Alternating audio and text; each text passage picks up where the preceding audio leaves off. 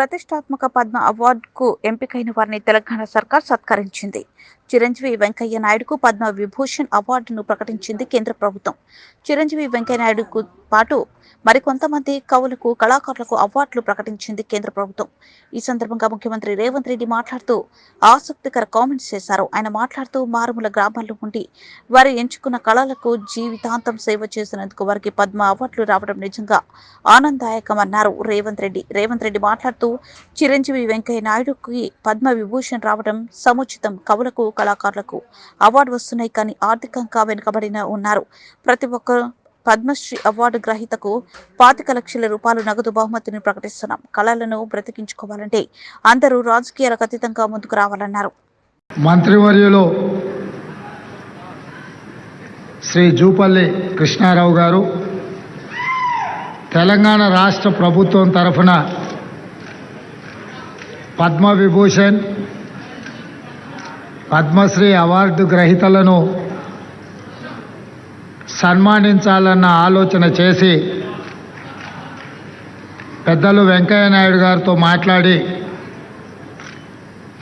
ఈ సన్మాన కార్యక్రమాన్ని ఏర్పాటు చేయాలని ఆలోచన చేసి మా మంత్రివర్గ సహచరులతో ఉప ముఖ్యమంత్రి వర్యులు బట్టి విక్రమార్క గారితో మాట్లాడి రాష్ట్ర ప్రభుత్వం ఈ కార్యక్రమాన్ని ఏర్పాటు చేయడం జరిగింది. ఈ కార్యక్రమంలో ఉప ముఖ్యమంత్రి వర్యులు బట్టి విక్రమార్క గారు,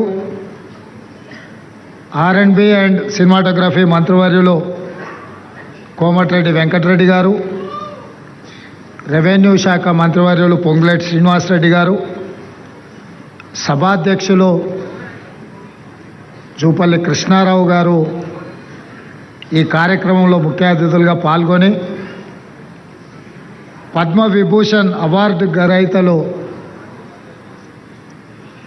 తెలుగు ప్రజలు,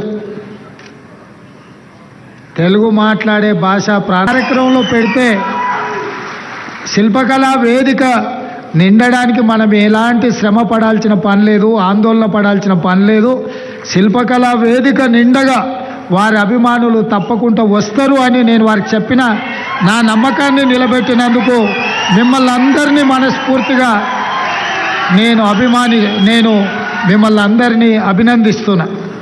ఎందుకంటే ఈ కార్యక్రమాలు సాయంత్రం పూట పెట్టే కార్యక్రమాలు, కానీ ఉదయం 10 గంటలకే మీరందరూ వచ్చి ఈ కార్యక్రమాన్ని కల్లారా చూసి ఈ రాష్ట్ర ప్రభుత్వం చేపట్టిన కార్యక్రమాన్ని పెద్దలు వెంకయ్య నాయుడు గారు, చిరంజీవి గారు లాంటి వాళ్ళు పద్మశ్రీ అవార్డు గ్రహీతలు వారు మాని అభినందిస్తుంటే మా ప్రజాపాలనకు ఆశీర్వాదం పొందినట్టుగానే నేను భావిస్తున్నా.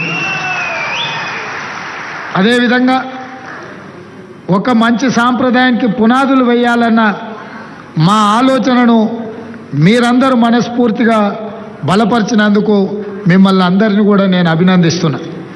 ఈ కార్యక్రమంలో పద్మశ్రీ అవార్డు గ్రహీతలు కవులకు, కళాకారులకు జీవితంలో వయసు మీద పడ్డ తర్వాత వెనక్కి మళ్ళీ చూసుకుంటే చప్పట్లు దుప్పట్లే మిగులుతున్నాయి తప్ప ఇంటి ఖర్చులకు కూడా వెళ్ళని అత్యంత దుర్భరమైన పరిస్థితులు గ్రామీణ ప్రాంతాల నుంచి వచ్చిన కవుల, కళాకారుల పరిస్థితి. అందుకే ఈ రాష్ట్ర ప్రభుత్వం ఆలోచన చేసి మా మంత్రివర్గ సహచరుల అనుమతితో ప్రతి ఒక్క పద్మశ్రీ అవార్డు గ్రహీతకు 25 లక్షల రూపాయల నగదు బహుమతిని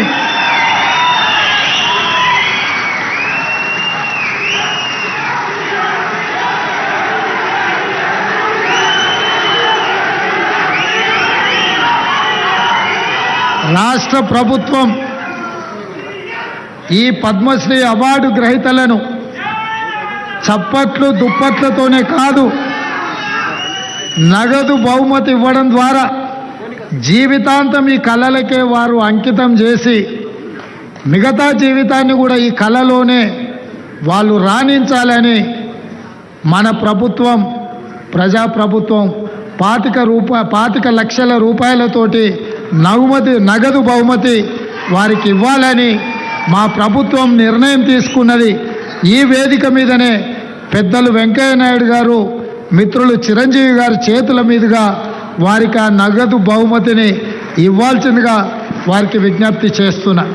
అదేవిధంగా ఈ నగదు బహుమతితో పాటు ప్రతి నెల వారి ఖర్చుల కోసం, ఎందుకంటే వైద్యము ఆరోగ్యము ఖరీదైంది, ఇంట్లో చిన్న చిన్న ఖర్చులు కూడా ఈరోజు పెరిగిపోయినాయి. అందుకే ప్రతి నెల ఈ కవులకు కళాకారులకు 25,000 రూపాయల పెన్షన్ ఇవ్వాలని కూడా ఈరోజు, ఎందుకంటే వాళ్ళు